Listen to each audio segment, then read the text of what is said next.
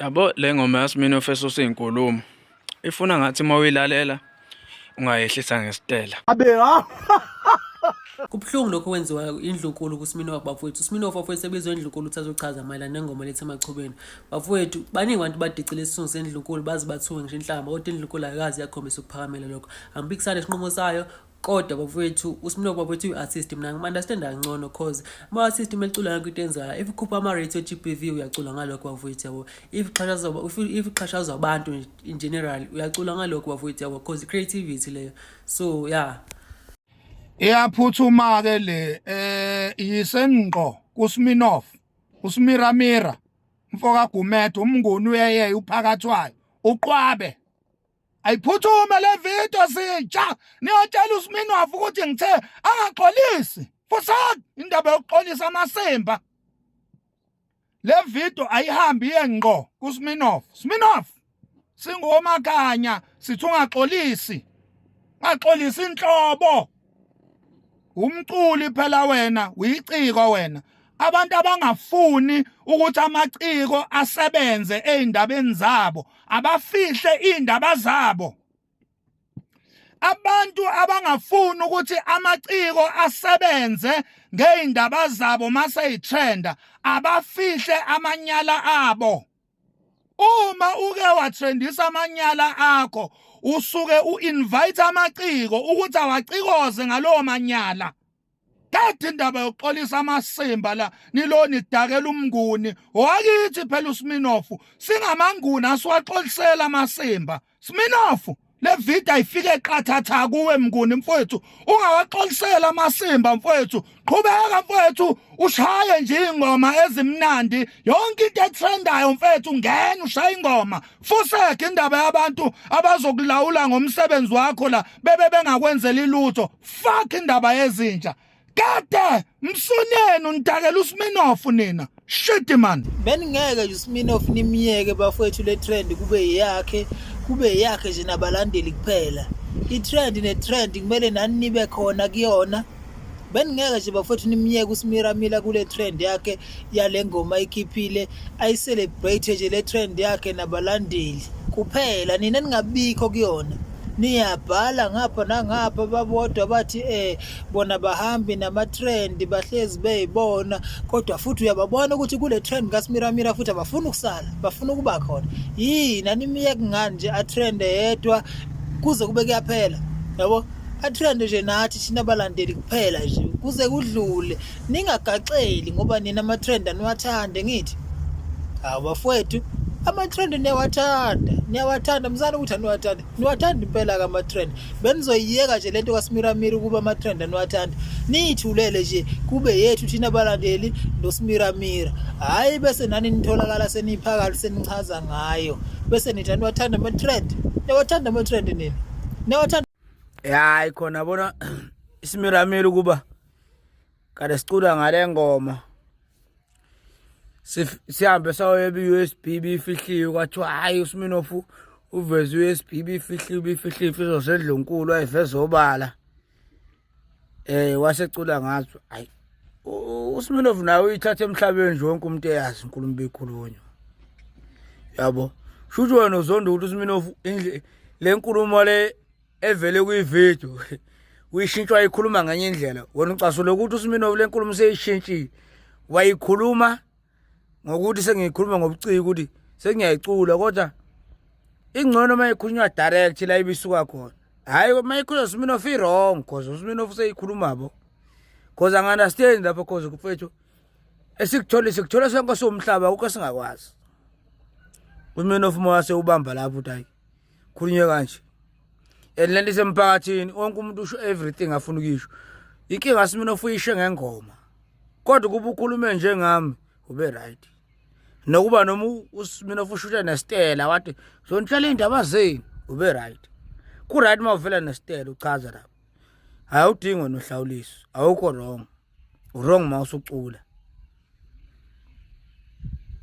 ani backs sisahle lento bafuthu wrong ngoma uthi wena ngizokutshela indaba zakho ukhuluma le nto yenzeke lapho ngiphethe iStella wena awu right wena uyicomment right lo uculayo wenza lo buciko ade aqala before use wrong phela nihluphe bafethu lento le mina vele especially TikTok mina ngaqala ngayo lento yokusebenza ngezinto ezitrendayo khona nje mfethu akashanga ngoRick Ross uRick Ross eshaya uWill Smith ngempama ngayiposta ngayizolwa ngayina manje yavuka ekseni ithi 15,000 likes nganganakile kwakuyona ukuba ngangiyistike lapho ngabe ngikude kabi but ngonganaka ukuthi yini ezokuphumelelisa so ayileka Smirnoff guys akenishiyele kwabakhulu and izoba bhlungu lento mama babe ngasaphawuli bona because bayazi mistake yabo baveze inkinga zabe ngamele thina sizazi abakwazi ukuthi wena usuveze inkinga zakho mawusuthi ngicela lezi inkinga enizibonile nizisebenzise kanje ningayisebenzisi kanje awusakwazi because kwaseqani bevele ufuna engaveli uyabona akwazi ukungitshela ukuthi ngingasho ukuthi mina lesima ngivele phambi kwabantu ngenze sex singasho ukuthi kumele singangitshela ukuthi abantu ukuthi uvelile ndoda wena uzokhuluma ngale ndlela ekhuluma ngayo mawurong mfaka ecourt mase uyamtshela umbopha ngobani sikeni simira mina madoda mina ngiyiboni lento lena ake sikhulume nje ivali singali izimpi zomculo sizwela ngendlungu sesebenzendlunkulu inizenzo clever ngoba senzenzo clever manje nilo nithi ngathi nilwela indlunkulu ansenilwa inkinga zena asihlangana nalokho imistake yenze eqaleni ngeke isakhuseka nalento ebizwa nge-creativity yabona ukuyinkunzi makwazi ukuthatha into ekhulunywayo uyichange leyo nto yenza ingoma not just ingomanyana ngikhuluma ngehit uSmirnoff ibhoza izwana ngihamba bafana bami Smira ibhoza mamzonda futhi nje nakwana uyabhayiza ungazonda uSmirnoff umzonda kaSmirnoff awuSmira mfowethu awu nangakini inkosi yogoloko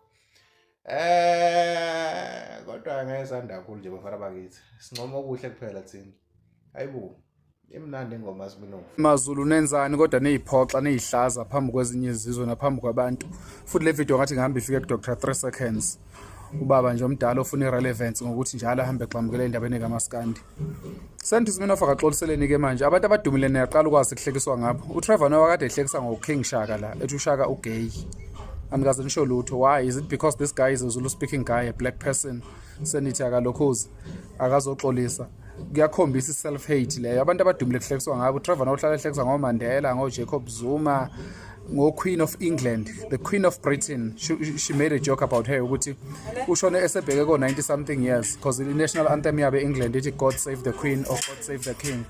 So wazi wathi basavwa yona le national anthem ebenza ukuthi besaveke. Uyabo bebe njani mele beyishintshe njani. Wayenza ijoke ngayo lento leyo God save the Queen, God save the King. Nina manje senithi ngoba nakho lokhu kumzulu akaxolisa ekahleni bafethu nizodlala nini futhi athi nginifakele le joke kaTrevor Noah ethi uShaka ugay hambani yoxolisana le Canada elizalwa baba waseSwitzerland Swiss Belgian baba ke Swiss Belgian wantshela ukuthi inkosi yenu leni ithembe kakhulu uShaka ugay it was a joke it was funny nabo Khuzani sebethi bayithanda itrend manje Khuzani kade busy ethi yima Biggs ehlekisa ngabantu baBiggs ngoba nakhe ayitrend ebona uSmirnoff enze ngayihlaya kamnandi wayenza naye yena nje lihlala phansi uThokozana ehlelingisela umntwana akaphinda angene niyaqala nje ukubona ninahlekiswa ngumuntu odumile ade ehlelingisela umntwana akaphinda angene so not so long ago like ngesikhathi kuzogcotshwa lo lesilo esikhona manje hayi mina ngazi isilo ke kodwa hayi isilo mina vele ngangithanda isilo ke lesasithi ungathini umngaka utholise wezingane ya isilo umdloko mbane vukudla amadoda indlodlana phapha ekhanda kamenza umhlaba lelo umuntu omemezayo sengathi uyakhala leli igula kaje malichithekile lichitha ingqola endala kuthi kaMalandeni nesibindi ubutshela athi nginifakele lo Khuzani ihlala kaTrevor Noah ngingaze ngivuke usinga bese nihambe noxolisa uTrevor Noah before Nzolanda Smirnoff gay and powerful, gay and successful, all of them, yeah. Shaka Zulu was gay, yeah. Oh, Trevor, Baba, too soon, Baba, yeah, too soon. What's wrong with Shaka being gay? He was a powerful, successful man. There's nothing wrong with being gay. And Shaka was probably gay. You look at all the things that led to it, all the things that showed, huh? The dress code or the undress code of his soldiers. All of his soldiers, Shaka demanded, had a six-pack, leopard skin, ass out. Shaka did everything with these men. In fact, Shaka would go on long trips with his soldiers. No women allowed. And on these retreats, he would preach to them. He would tell his soldiers, do not seek the love of a woman, for it will make you weak. If you want to be strong, seek the love of your fellow man.